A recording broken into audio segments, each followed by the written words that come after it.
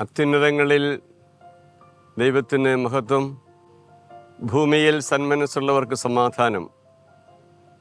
മാലാഖമാരുടെ ഈ ഗാനം ഇന്നും ലോകത്തിലെ അലയടിച്ചുകൊണ്ടിരിക്കുന്നു. പുതിയൊരു പുലരീതാ, പുതുതാരമുദിക്കുകയായി,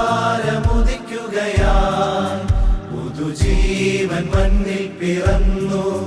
പുൽക്കൂട്ടിലെ പുൽമെത്തയിൽ പുതുജീവൻ മണ്ണിൽ പിറന്നു.